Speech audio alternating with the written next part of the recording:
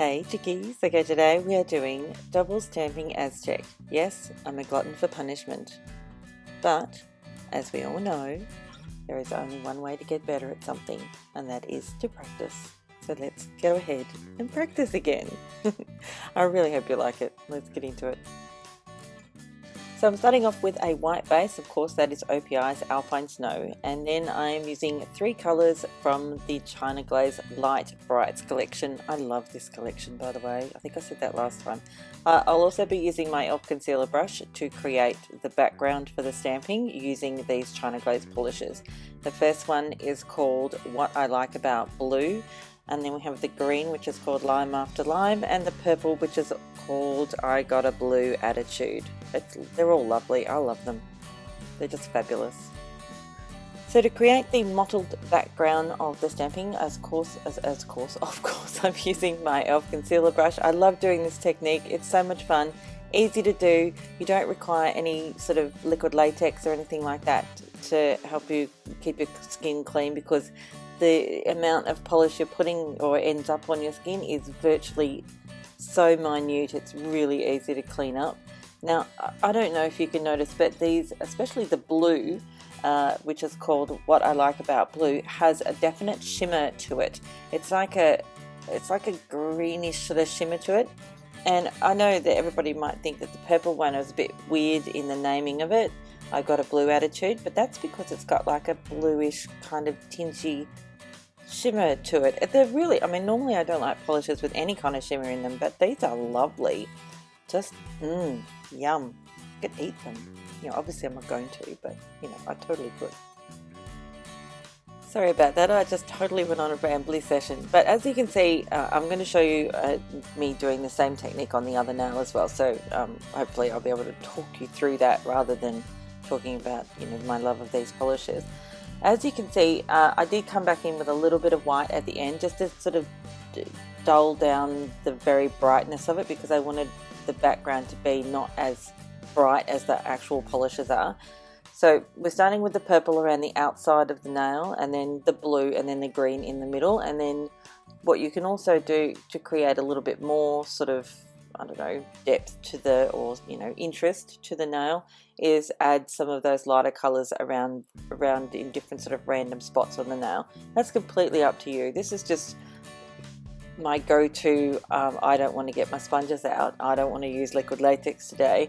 I just want to do something really quick and easy, and that's the kind of thing that this is. It's a quick, easy, and gives a beautiful effect. But yeah, I do, in this particular instance, I'm using a little bit of white just to dull it down a little bit more, so that we'll be able to see the stamping that's to come.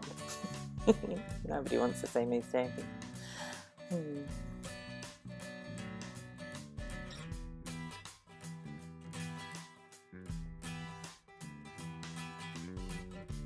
Of course, once that first part is dry, and it shouldn't take long to dry at all, you're going to then top coat. Of course, I'm using Seche Vite as per usual before doing the dreaded stamping.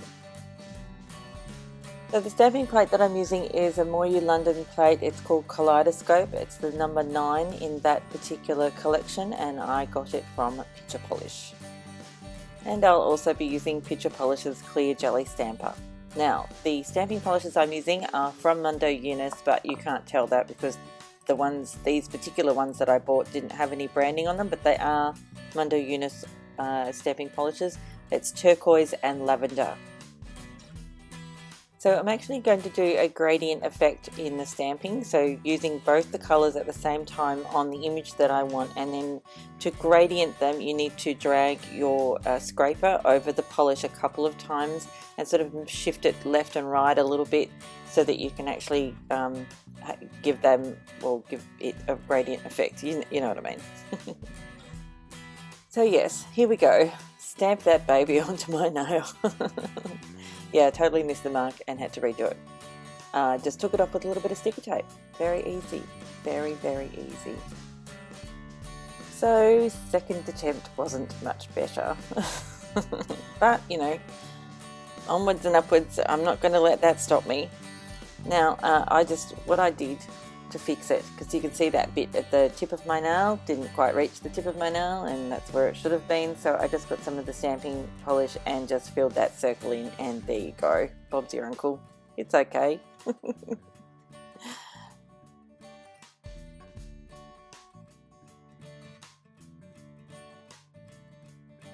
Now, I looked at this stamping and I thought, yeah, that's okay, that's not a problem, but I didn't think it was strong enough, so I re-stamped over the top of the original stamping with some white stamping polish.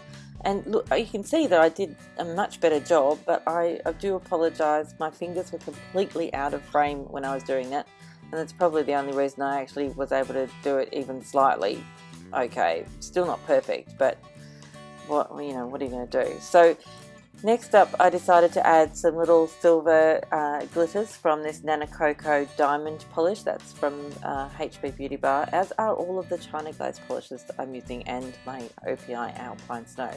I get a lot of my polishes from HB Beauty Bar.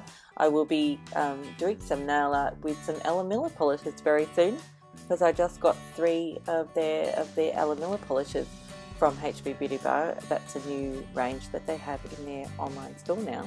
And don't forget, when I put the links in the description box down below, I always have the code that they've given me for 15% off. So, if the shipping charges aren't too bad, you could totally go and get some discounted nail polish from there. That'd be cool.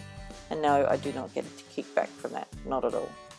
As you can see, I'm just using the actual clear base from this glitter polish to stick the little glitter things onto my nail, and then just sort of random, not totally random, but sort of, in some key areas, but not obviously all over my nail. And finally, you're going to seal it all in with a good quality top coat. Of course, I'm using Seche Vite as per usual. Not sure how many times I've even mentioned Seche Vite in this video. I think it's a few. Anyway, it's really important that you use a very good quality top coat to protect your mani. And that's it for this one. I really hope you like it. I actually really do love how it turned out, and it also glows under my black light. Yet again, not a glow in the dark polish. Definitely just under your black light. So total rave nails, but not spooky forest nails. Anyway, thanks again for watching. I'll see you next time. Bye, chickies. Oh, and thank you for subscribing, and thanks for that delicious thumbs up. Bye.